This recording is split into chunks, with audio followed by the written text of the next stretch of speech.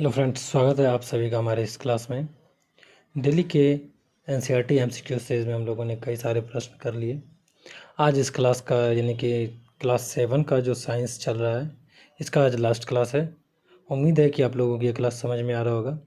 जो भी दोस्त नए हैं, आप सभी से मैं एक बात कहना चाहूँगा, ये सभी क्लास आप लोगों को आने वाले जो भी नेक्स्ट एग्ज़ाम है, बीपीएससी 70 TRE 4 और 16 तारीख से जो स्टार्ट होने वाला है बिहार पुलिस का एग्ज़ाम, और आने वाले जो भी एग्ज़ाम्स हैं, उन सभी एग्ज़ाम्स में जहाँ जहाँ साइंस के क्वेश्चंस होंगे आपको, और आपको दिख रहा है कि सभी जगहों पे साइंस से रिलेटेड एनसीईआरटी से क्वेश्चन पूछा जा रहा है, तो ये सभी क्लास आपको एनसीईआरटी बेसिस पे आधारित क्वेश्चन, ये कुछ मुख्य क्वेश्चन आपको कराए जा रहे हैं। उम्मीद है कि आपको यहाँ से लगभग क्वेश्चन देखने को मिल सकते हैं, या फिर कुछ मिलता जुलता क्वेश्चन आपको देख सकते हैं। 100% कभी कोई क्वेश्चन मैच नहीं कर सकता है किसी का भी। चलिए फ्रेंड्स, करते हैं आगे का क्लास। आज का जो चैप्टर है, पहला चैप्टर का नाम ही है आज का प्रकाश, यानी कि लाइट। लाइट के बारे में आज हम पढ़ेंगे। चलिए पहला क्वेश्चन देखते हैं, इनमें से कौन सीधी रेखा में गमन करता है। फ्रेंड, लाइट जो है ये सीधी रेखा में गमन करती है। कभी कतार इसको बोला ये वेव की तरह व्यवहार करता है, और ये कभी पार्टिकल्स कण की तरह भी व्यवहार करता है। तो लाइट एक समान रेखा में गमन करता है, तो इसका आंसर क्या हो जाएगा? प्रकाश। प्रकाश एक प्रकार का विजुअल लाइट है, इसी के कारण से हमें कोई चीज़ दिखता है। जब किसी चीज़ पे प्रकाश पड़ता है तो उससे परावर्तित होकर के जब हमारे आँखों पे पड़ता है, यानी कि हमारे नेत्र पे, तब उसका चित्र जो होता है हमारे रेटिना पे बनता है।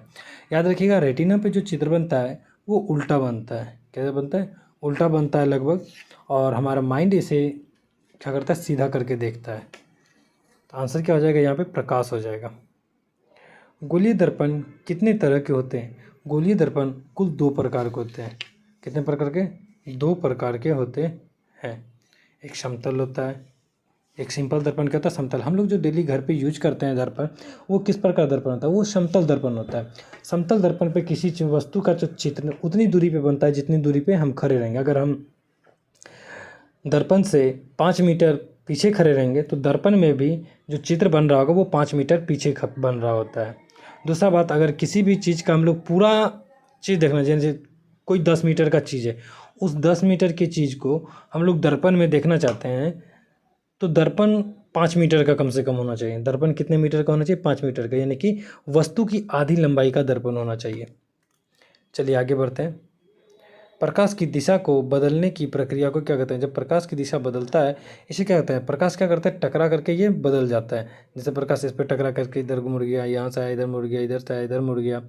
तो प्रकाश की बदलने की दिशा बदलने की क्रिया को हम लोग बोलते हैं प्रकाश का परावर्तन। क्या बोलते हैं? प्रकाश का परावर्तन कहते हैं। लेंस कितने प्रकार के होते हैं?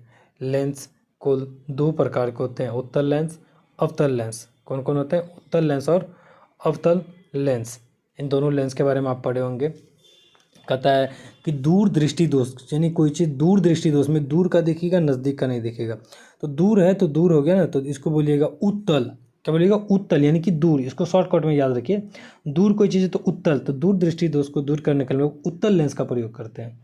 वहीं नज़दीक दृष्टि दोष, निकट दृष्टि दोष में निकट का चीज़ दिखेगा और दूर का चीज़ नहीं दिखेगा, इसमें अवतल लेंस का प्रयोग करते हैं। याद रखिएगा, अवतल लेंस क्या करता है? प्रकाश की किरण को अभिसारित करता है, फैला देने का काम करता है। अवतल लेंस फैलाता है, जबकि अवतल दर्पण, 2 अलग अलग बात है। अवतल लेंस और अवतल दर्पण। अवतल दर्पण किरण को अपसारी करता है, यानी कि किरण को एक में मोड़ के रख देता है, कई किरणों को जोड़ करके एक बिंदु पे जमा करता है। जबकि अवतल दर्पण किरणों को क्या करता है? फैला देने का काम करता है। ये देखिए, मैं आपको दिखाने की कोशिश करूँगा। अवतल लेंस इस प्रकार के होते हैं। अवतल लेंस, ये अवतल लेंस है। अगर यहाँ पे लाइट पड़ेगा ना, तो ये क्या करेगा? इसको फैला देगा, ये फैला देगा। इधर लाइट पड़ेगा तो ये इसको फैला देने का काम करेगा। जबकि वहीं अवतल लेंस दर्पण रहता है, अवतल दर्पण, तो ये इसको क्या करता है? अपसारित कर देता है। ये यहाँ पड़ता तो ये इसको अपसारी करता है, इधर करके मिल जाता। तो इसलिए अवतल दर्पण अवतल लेंस में बहुत अंतर है। तो निकट दृष्टि दोष को दूर करने के लिए हम लोग अवतल लेंस का प्रयोग करते हैं। चलिए आगे बढ़ते हैं। इनमें से कौन सा वस्तु का उल्टा तथा वास्तविक प्रतिबिंब बनाता है? वस्तु का उल्टा तथा वास्तविक उत्तल लेंस उत्तल लेंस क्या करता है कि किसी भी वस्तु का उल्टा तथा वास्तविक प्रतिबिंब बनाने का काम करता है, जबकि अवतल लेंस सीधा और काल्पनिक प्रतिबिंब ज़्यादातर बनाता है। किसी लेंस के द्वारा, कोई लेंस है उसके द्वारा किसी वस्तु का बना प्रतिबिंब हमेशा सीधा, आभासी तथा वस्तु के आकार से छोटा होता है। ये कब से क्वेश्चन पूछ रहा है, ऐसा कौन सा लेंस है, एक ऐसा लेंस है जिसमें वस्तु का बना प्रतिबिंब हमेशा सीधा होता है, आभासी होता है तथा वास्तविक और आकार में क्या होता है, छोटा। तो ऐसा अवतल लेंस का प्रतिबिंब क्या होता है, वास्तविक आकार में छोटा होता है और आभासी होने का काम करता है। जबकि इसी का जस्ट उल्टा क्या हो जाएगा, उत्तल लेंस हो जाएगा। क्या हो जाएगा, उत्तल लेंस में आपको देखने को मिलेगा इसी का उल्टा। गाड़ी के जो हेडलाइट होता है, कोई भी गाड़ी देखते हैं उसमें जो लाइट होता है उसमें कौन सा दर्पण है, उसमें लेंस नहीं होता है, दर्पण। तो उसमें अवतल दर्पण का प्रयोग करते हैं। किसका प्रयोग करते हैं, अवतल दर्पण का प्रयोग किया जाता है। उसमें अवतल दर्पण का प्रयोग किया जाता है। जबकि उत्तल लेंस जो गाड़ी के फर्स्ट मिरर में, ये क्वेश्चन बहुत इंपॉर्टेंट है, फर्स्ट मिरर यानी कि पीछे की भाग देखने में, जैसे कोई कार जाता है, बाइक यूज करते हैं, बाइक यूज में हम देखते हैं कि साइड मिरर का जो यूज करते हैं। तो साइड मिरर का यूज किस चीज़ के लिए करते हैं, तो साइड मिरर का यूज हमें पीछे की चीज़ को दिखाने के लिए करता है, क्योंकि कोई बड़ा चीज़ को छोटा कोई भी बड़ा चीज़ को वो क्या करता है, छोटा दिखाने का काम करता है। तो वहाँ पे उत्तल दर्पण हो जाएगा। कौन सा दर्पण, उत्तल दर्पण हो जाएगा। आगे बढ़ते हैं। सूर्य के श्वेत प्रकाश कितने रंगों में मिश्रित होते हैं, सूर्य के श्वेत प्रकाश 7 रंगों में मिश्रित होते हैं। कितने प्रकाश, 7 रंगों में। जब हम प्रिज्म रखते हैं, इस प्रकार से प्रिज्म देखा जाता है। जब ये एक प्रिज्म है, यहाँ से वाइट लाइट गुजर रहा है, यहाँ से क्या था, वाइट लाइट। अगर हम प्रिज्म में वाइट लाइट देखते हैं तो ये 7 रंगों में विभक्त हो जाते हैं। कितने रंगों में, 7 रंगों में विभक्त हो जाते हैं, जिसको हमको विवग्योर कहते हैं। क्या बोलते हैं, विवग्योर। 1 2, ये इधर से गुजरता है, यहाँ से बदल 2 3 4 5 6 7, ये मान के चलिए 7 रंगों में विभक्त हो गया। 1 2 3 4 5 6, एक ऊपर वाला 7। इसका नाम रखा जाता है विवग्योर। क्या रखा जाता है, विवग्योर। आप जानते होंगे, VIBGOYR। V फॉर होता है violet, I for indigo, B for blue, G for green, O for GYOR होता है ना, O for orange, R for red, और यहाँ पे ग्रीन के बाद क्या होता है, हरा। लिख लीजिएगा VIBGYOR। सबसे बीच में कभी पूछेगा कि सबसे बीच में जो होता है प्रिज्म का प्रकाश, सबसे बीच में कौन होता है, सबसे बीच में ग्रीन होता है।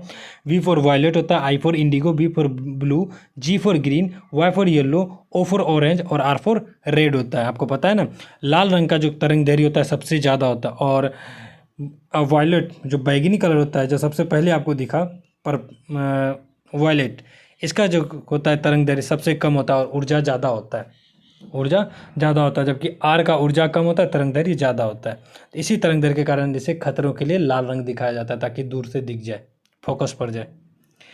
ऐसे प्रतिबिंब जो पर्दे पर उतारा जा सकता है, तो उसको जो प्रतिबिंब पर्दे पर उतारा जा सकता है उसको आभासी प्रतिबिंब कहते हैं। किस प्रकार का, आभासी प्रतिबिंब कहा जाता है। पर्दे पर उतारे गए प्रतिबिंब को आभासी प्रतिबिंब कहा जाता है।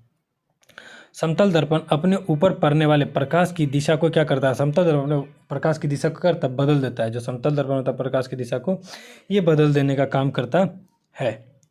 कहता है यदि किसी गोलीय दर्पण की परावर्तक सतह अवतल हो, क्या कहता है, परावर्तक सतह अवतल दर्पण, ऐसे दर्पण को क्या कहा जाता है। जब परावर्तक सतह अवतल हो तो इस प्रकार को अवतल दर्पण कहेंगे। क्या कहेंगे, अवतल दर्पण। सी नंबर 11, ऐसे प्रतिबिंब जो किसी पर्दे पर प्राप्त किया जा सकता है। कौन सा प्रतिबिंब होगा, पर्दे पर प्राप्त किए जाने वाले प्रतिबिंब आभासी तथा वास्तविक प्रतिबिंब दोनों होता है। अगर दोनों होता है तो दोनों आंसर मारते हैं। यहाँ पे क्या हम लोग वास्तविक प्रतिबिंब मारेंगे। क्या मारेंगे, पर्दे पर उतारा जाता है वास्तविक प्रतिबिंब। अवतल लेंस द्वारा बना प्रतिबिंब कैसा होता है, ये हमेशा सीधा प्रतिबिंब बनाता है। अवतल दर्पण सीधा प्रतिबिंब बनाता है, जबकि उत्तल दोनों बनाने का काम करता है। यहाँ अवतल लेंस है, याद रखिएगा, अवतल लेंस। वही अवतल दर्पण होता तो ये उल्टा प्रतिबिंब बनाता।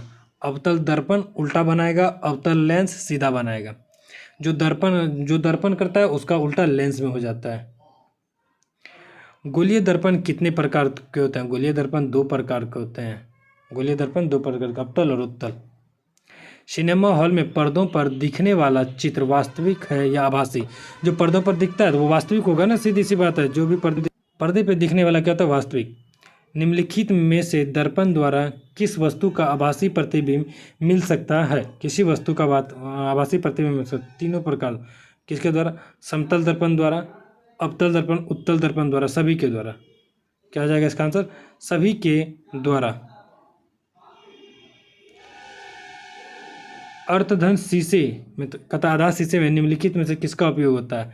अर्थधन उत्तल लेंस का प्रयोग होता है। लेंस में किसका प्रयोग होता है? उत्तल लेंस का लगभग प्रयोग होता है। लेंस किसका बना होता है? पारदर्शक, अपारदर्शक, परावर्तक। पारदर्शी होता है लेंस, क्या होता है? पारदर्शक। एक अवतल लेंस द्वारा किसी वस्तु का बना प्रतिबिंब हमेशा वस्तु के आकार से क्या होता है?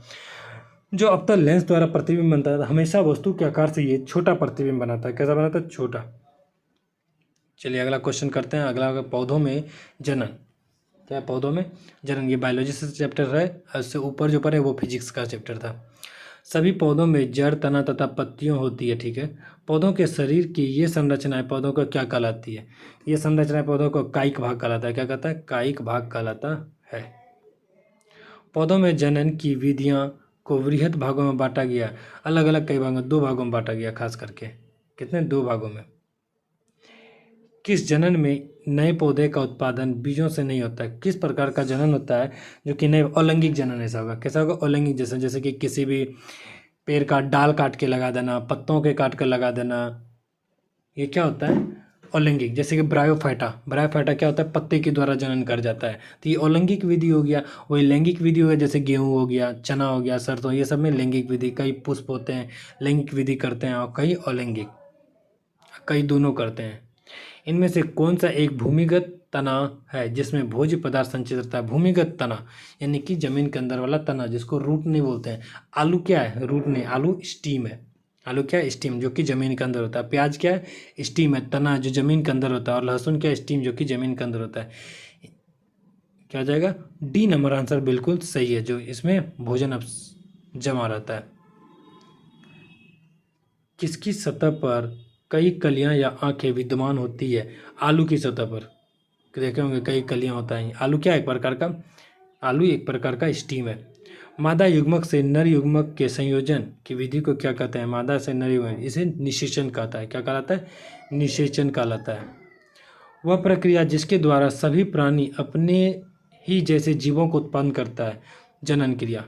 अपने ही जैसे को जीवों को उत्पन्न करेगा तो कैसा? जनन क्रिया। युग्मनज में कई प्रकार के परिवर्तन के बाद क्या बनता है? जो युग्मनज कई प्रकार के अलग अलग परिवर्तन के बाद भ्रूण का निर्माण होता है। क्या होता है? भ्रूण का निर्माण किया जाता होता है। किसी पौधे के कायिक भाग से नए पौधे उत्पन्न की जाने वाली विधियां क्या कहलाती है? कायिक भाग से ना, तो कायिक भाग से उत्पन्न होगा अलैंगिक जनन हो जाएगा। क्या हो जाएगा? अलैंगिक जनन। फ्रेंड्स, आप सभी को बता दें, आप सभी इस क्लास से जुड़े हैं। इसके अलावा भी आपको कई सारा वीडियो अपलोड किया जा चुका है, जैसे बिहार स्पेशल का भी क्लास लिया जा चुका है। यहाँ तक कि अलग अलग टॉपिक पे लिया गया है। आप वहाँ से जाकर के क्लास जरूर कर लें अगर आप बिहार से रिलेटेड कोई एग्जाम दे रहे हैं तो। वैसा फूल जिसमें नर जननांग तथा मादा जननांग साथ साथ पाए जाते हैं, दोनों साथ साथ पाया जाता है, उसको क्या बोलते हैं? द्विलिंगी बोलेंगे, पूर्ण या उभयलिंगी, कुछ भी बोल सकते हैं। उभयलिंगी भी बोल सकते हैं, पूर्ण बोल सकते हैं, द्विलिंगी, तीनों हो जाएगा आंसर सभी। ब्रायोफिल्म में अलैंगिक जनन किसके द्वारा था? ब्रायोफिल्म में अलैंगिक जनन भूमिगत तनों द्वारा या पत्तों के द्वारा भी होता है। किसके द्वारा? पत्तों के द्वारा भी होता है। डी भी आंसर होगा। नर युग्मक तथा मादा युग्मक के संयोजन से की विधि क्या कहलाती है? नर और मादा युग्मक निषेचन कहलाएगा। एक कोशिकीय किसमें मुकुलन द्वारा जनन होता है? किसमें मुकुलन के द्वारा जनन? के ईस्ट में मुकुलन के द्वारा जनन होता है। ईस्ट क्या होता है? मुकुलन के द्वारा जनन करता है। बीजाणु विधियां जिसके अंदर बीजाणु होता है, बीजाणु किसके अंदर होता है? पुमंग या एंड्रोसियम, ये हो जाएगा आंसर, पुमंग या एंड्रोसियम। 15 कपास के बीजों का प्रकीर्णन किसके द्वारा होता है? इसका प्रकीर्णन वायु के द्वारा होता है, यानी कि सीड डिस्पर्सल के अंतर्गत आएगा। एक जगह दूसरे जगह जाता है वायु के द्वारा। पराग कणों का परागकोश से वर्तिकाग्र तक पहुंचने की क्रिया क्या कहलाती है? ये परागन कहलाता है। क्या कहता है? परागन। अलैंगिक जनन की एक विधि जिसमें स्पायरोगैरा में जन्म होता है किसके द्वारा? स्पायरोगैरा में जन्म खंडन के द्वारा होता है। किसके द्वारा? खंडन के द्वारा। 18 वह विधि जिसमें एक ही फूल के परागकण उसी फूल के वर्तिकाग्र पर, जब एक ही फूल के बढ़ता है उसको परपरागन, उसी फूल के वर्तिकाग्र तक पड़ता है तो उसको क्या कहते हैं? परपरागन कहते हैं। और एक ही विधि, वह विधि जिसमें एक ही फूल के परागकण उसी फूल के वर्तिकाग्र तक पहुंचता है, उसी फूल के वर्तिकाग्र तक पहुंचता है तो उसको बोलते हैं परपरागन। परपरागन नहीं बोलेंगे, उसको स्वपरागन बोलेंगे। गलत है, आंसर गलत दिया गया। इसका आंसर स्वपरागन होगा। हाँ, किसी दूसरे फूल या किसी दूसरे पादर पे जाएगा तब उसको परपरागन बोलते हैं। यहाँ पे ये आंसर गलत दिया होगा, यहाँ पे क्या होगा? स्वपरागन होगा। अगला चैप्टर है फ्रेंड्स, जंतुओं में रक्त परिसंचरण एवं उत्सर्जन। चलिए देखते हैं। जल को क्या कहा जाता है? जल को क्या कहेंगे? केशिका जल, कैपिलरी, दोनों कह सकते हैं। हरे पौधों में भोजन का संश्लेषण किसके द्वारा होता है? पत्तियों के द्वारा। पत्तियों में क्या पाया जाता है? क्लोरोफिल पाया जाता है, क्लोरोप्लास्ट, जिसके कारण हरे पौधे में भोजन का संश्लेषण किया जाता है। अगला देखते हैं। भोज्य पदार्थों को उनके संश्लेषण की जगह से अन्य जगहों तक, उनके संश्लेषण की जगह से अन्य जगहों तक ले जाने की क्रिया को क्या कहा जाता है? एक भोजन का स्थानांतरण कहलाएगा ना। और भोजन का स्थानांतरण कौन करता है? जाइलम या फ्लोएम? फ्लोएम क्या करता है? भोजन का स्थानांतरण करता है। और जाइलम क्या करता है? जल का संचलन करता है। द्विदिशीय कौन होता है बताइएगा? द्विदिशीय फ्लोएम होता है, जो कि भोजन को दोनों दिशा में, ऊपर और नीचे दोनों ले जाता है। जबकि जाइलम एक दिशीय होते, सिर्फ भोजन खनिज लवण और जल को ऊपर की ओर ले जाने का काम करता है। प्लाज्मा में करीब कितने प्रतिशत जल होता है? प्लाज्मा में लगभग 80 से 90% जल होता है। तो 90 यहाँ पे दिया गया तो 90 मारेंगे। आवश्यकता से अधिक जल को पौधे द्वारा इस प्रकार से शरीर के बाहर निकालने की क्रिया करते हैं। जब ज़्यादा जल हो जाता है तो पौधा क्या करता है? उसको बाहर निकालता है, वाष्पोत्सर्जन की विधि के द्वारा इसे बाहर निकाल देता है, जिससे कि ये कहाँ जाता है? वातावरण में चले जाता है। इनमें से कौन एक कोशिकीय जंतु है? अमीबा एक कोशिकीय जंतु है। आपको पता है ना, अमीबा कूटपाद के द्वारा अपना भोजन का निर्माण करता है। इस प्रकार से अमीबा आगे बढ़ता है और अपना खाना को, बीच में खाना खा जाता है, इसको अंदर ले लेता है, तो कूटपाद प्रक्रिया के द्वारा। इनमें से कौन बहुकोशिकीय जंतु? एक कोशिकीय ने बहुकोशिकीय, अमीबा एक कोशिकीय, हाइड्रा बहुकोशिकीय जंतु हो जाएगा। क्या हो जाएगा? हाइड्रा बहुकोशिकीय जंतु हो जाएगा। लाल रक्त कोशिकाएं किसकी आकार की होती है? लाल रक्त कोशिकाएं लगभग गोलाकार बोल सकते हैं, इसको डायगोनल भी बोलते हैं, गोलाकार होते हैं। इसी का जब साइज में परिवर्तन आ जाता है तो एनीमिया रोग हो जाता है, हाशिए के आकार का हो जाता है। एनीमिया रोग बेसिकली O2 की कमी के कारण से एनीमिया रोग देखने को मिलता है, जिससे हीमोग्लोबिन की कमी हो जाता है। रक्त में प्रमुख भाग कितना होता है? रक्त में प्रमुख भाग 2 होता है। कितना होता है? 2। रक्त वाहिनियाँ कितनी प्रकार की होती है? ये 3 प्रकार की होती है। रक्त वाहिनी 3 प्रकार की होती है। रक्त को हृदय से शरीर के विभिन्न भागों में ले जाने, हृदय से शरीर में ले जा रहा है, कहाँ ले रहा है? हृदय से शरीर में ले जाएगा तो धमनी, और जब शरीर से हृदय में लाएगा तो वहाँ हो जाएगा सीरा। तो धमनी याद रखिएगा, धमनी शुद्ध रक्त को ले जाता है और सीरा अशुद्ध रक्त को वापस हृदय में लाने का काम करता है। जंतुओं में अपशिष्ट पदार्थों को शरीर से बाहर निकालने की विशेष रचना पाई जाती है। कैसे भी जंतु अपशिष्ट को क्या करता है? बाहर निकालता है, उसके लिए एक रचना पाया जाता है। इसको क्या कहते हैं? इसको उत्सर्जी अंग कहते हैं। क्या कहते हैं? उत्सर्जी अंग। मूत्र में ग्लूकोज का होना इस बात का इंगित करता है कि वह व्यक्ति किस रोग से, कि कोई व्यक्ति टॉयलेट कर रहा है, उसमें ग्लूकोज निकल रहा है, चींटी ज़्यादा लग रहा है, तो याद रखिएगा ये आपको मधुमेह का होने का रोग होता है, शुगर पेशेंट होने का, डायबिटीज यानी कि उसका होने का संकेत है। आप जल्दी से चेकअप करवाइए। प्रत्येक वृक्क में लगभग कितनी छोटी छोटी नलिकाएं होती है? लगभग 10 लाख नलिकाएं, कैपिलरी का बात कर रहा है, लगभग 10 लाख से ज़्यादा होता है।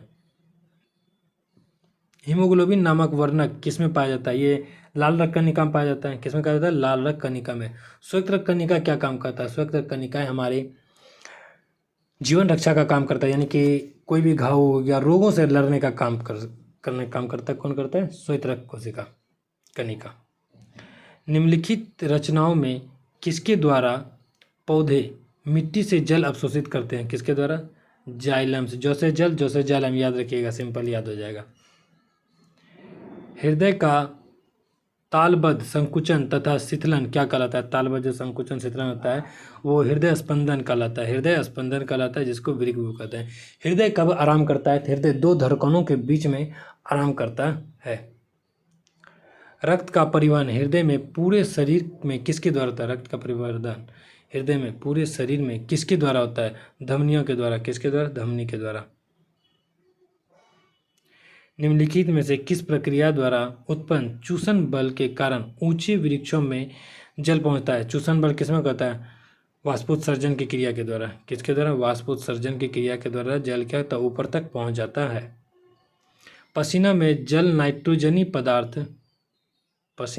नाइट्रोजनी पदार्थ और क्या विद्यमान होता है और क्या लवण विद्यमान रहता है? हल्का सा पसीना कभी मुंह में चल जाएगा ना तो हल्का सा नमक नमक जैसा लगता है। मेरा तो गया है, सबका गया होगा।